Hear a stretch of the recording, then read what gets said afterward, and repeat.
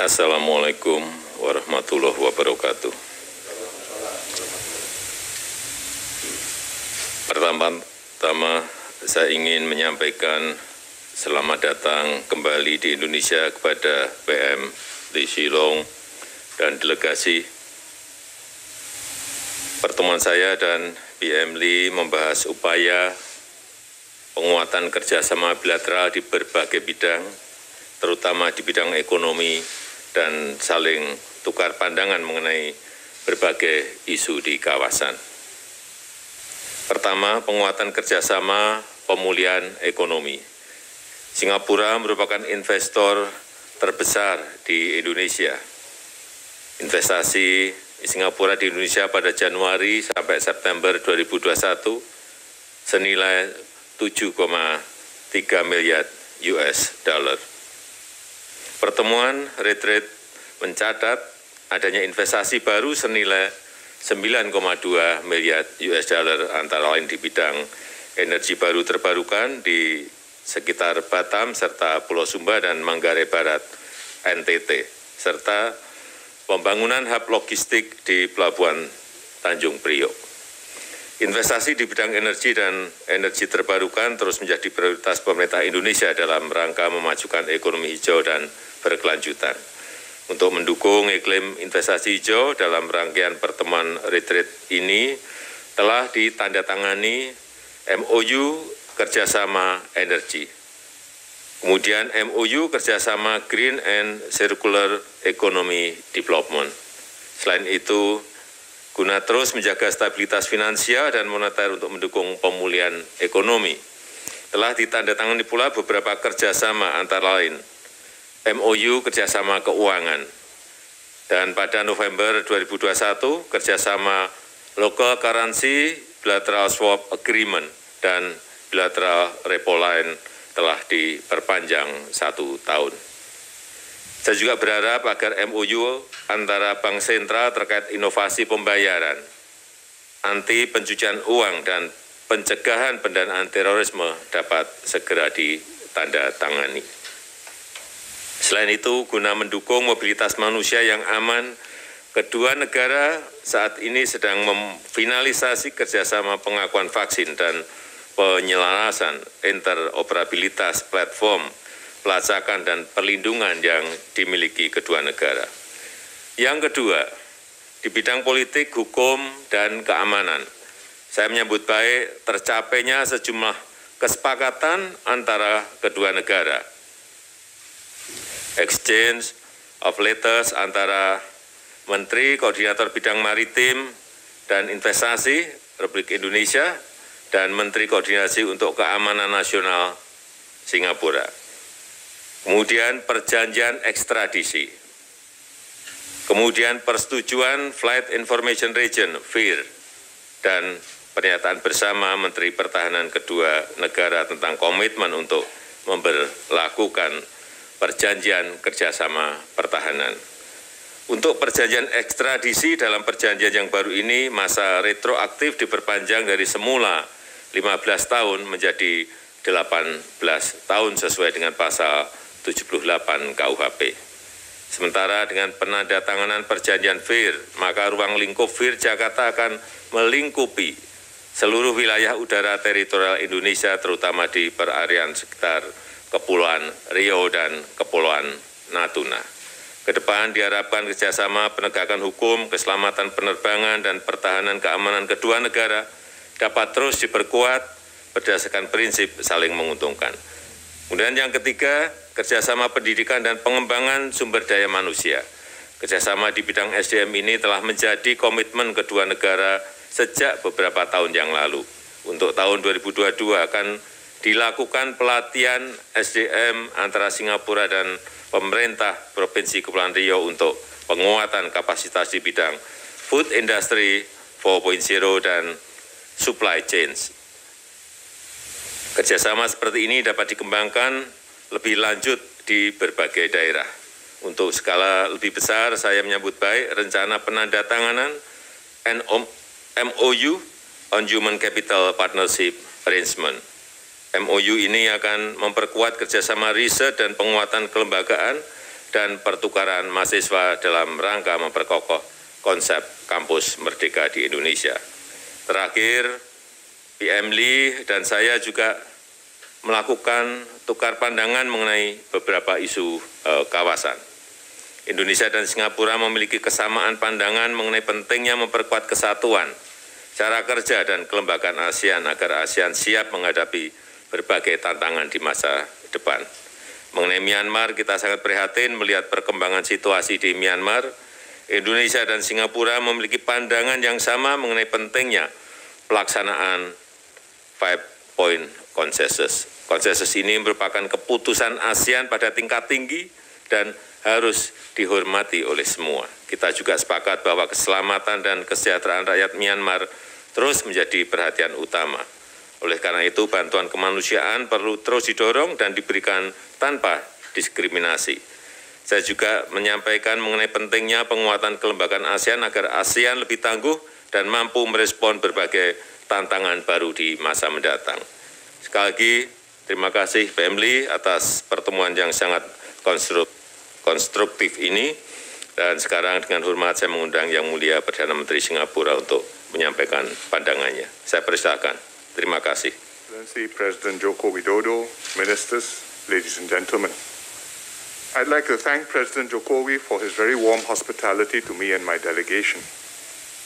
Bintan is an apt venue for the Singapore-Indonesia Leaders Retreat, given the strong economic and people-to-people links between Singapore and the Riau Islands province of Kepri. This is my 5th Leaders Retreat with President Jokowi. Our last one was held in Singapore in 2019. Typically, we hold the Leaders Retreat annually, but the pandemic disrupted our plans. Notwithstanding, the President and I have kept in touch regularly. Most recently, we met in October in Rome while attending the G20 summit. But it is still important for us to resume the Leaders Retreat because it is a key platform to discuss and make progress on our bilateral agenda. I am therefore most grateful to the President and his officials for making these excellent arrangements to host my delegations and me. Today, our bilateral relations take a major step forward. I'm very happy that the President and I have just witnessed the signing of a balanced set of agreements that addresses 3 long-standing bilateral issues between Singapore and Indonesia: the flight information region, the defense cooperation, and the extradition of fugitives. These 3 issues are important to our 2 countries. They've been on our bilateral agenda for several decades. We've worked together and discussed them many times before. At our previous Leaders Retreat, President Jokowi and I decided that it was time to decisively settle these long-standing bilateral issues. We endorsed a framework which would address the needs and interests of both sides. We tasked Coordinating Minister Pak Luhut Panjaitan and Senior Minister and Coordinating Minister Teo Chee Hean to follow up with detailed negotiations. I'm very glad that we have now achieved what we set out to do. Our 2 sides have reached agreement on these long-standing bilateral matters. When implemented, the FIR agreement will meet the civil aviation needs of both countries and uphold the safety and efficiency of air traffic in a manner consistent with ICAO rules.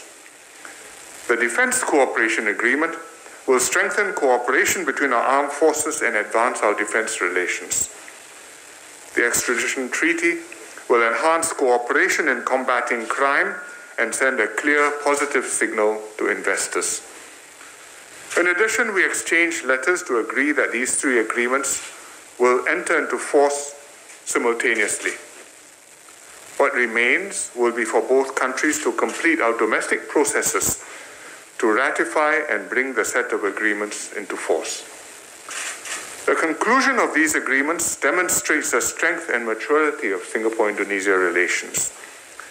These agreements take into account both parties' interests, represent a good balance of benefits, and are durable agreements for the long haul, designed to last for at least a generation, and create a solid foundation to move bilateral relations forward with confidence and trust. I thank President Joko Widodo for his leadership and vision, which have brought about this very positive outcome.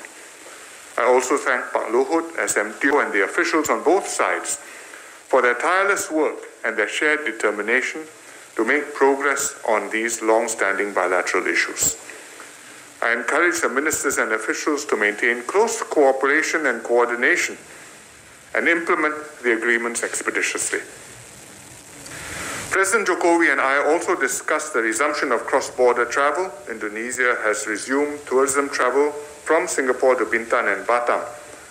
It implemented a travel bubble to Bintan and Batam, and Singapore will discuss with Indonesia how we can make this bidirectional.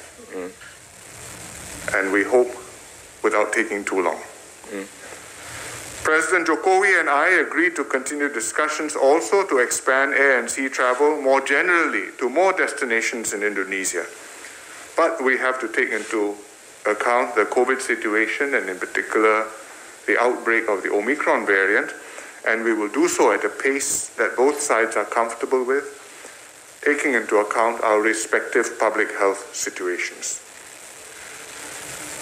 We also reviewed our ongoing bilateral cooperation. As the President noted, Singapore has consistently been Indonesia's top foreign investor since 2014, and despite the pandemic, our investments have grown. At the last leaders' retreat, we signed a bilateral investment treaty which has entered into force. This will build investor confidence and contribute to economic growth and jobs growth. And the Kendal Industrial Park, which President and I jointly opened at our 2016 retreat, is doing well. It has attracted $1.6 billion in investments and will create many thousands of jobs. Our finance ministries and central banks are also strengthening institutional linkages to deepen financial cooperation. And Singapore and Indonesia are at the same time, besides these existing areas, also exploring new areas of collaboration, such as sustainability, the green economy, the digital economy, and human capital development.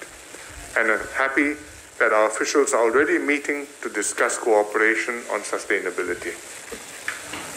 We have formalized cooperation on green and circular economy development, on energy cooperation and exchanges between our students and educators. We also discussed regional developments, in particular Myanmar, where the situation remains serious. We noted that no significant progress has been made implementing ASEAN's 5-point consensus since it was adopted in Jakarta in April last year. We are committed to help Myanmar reach a durable and peaceful resolution in the interest of its people. But it is essential for the ASEAN chair and his special envoy to engage all parties involved. We also need to see progress in the delivery of humanitarian assistance.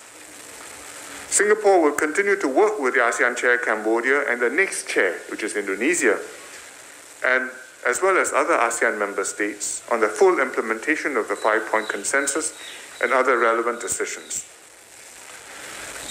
I also thank President Joko Widodo for inviting Singapore to this year's G20 meetings. We look forward to supporting Indonesia's G20 chairmanship and making it a success. We are very grateful that Joko Widodo has hosted a successful and fruitful leaders' retreat. It shows that our bilateral relationship is in good working order. Our two countries are able to work together in challenging circumstances and resolve long-standing issues in an open and constructive manner. I'm confident that we will build on these strong foundations and develop new areas of collaborations to benefit future generations. And look forward to working closely with the President to take our bilateral relations to greater heights. Terima kasih.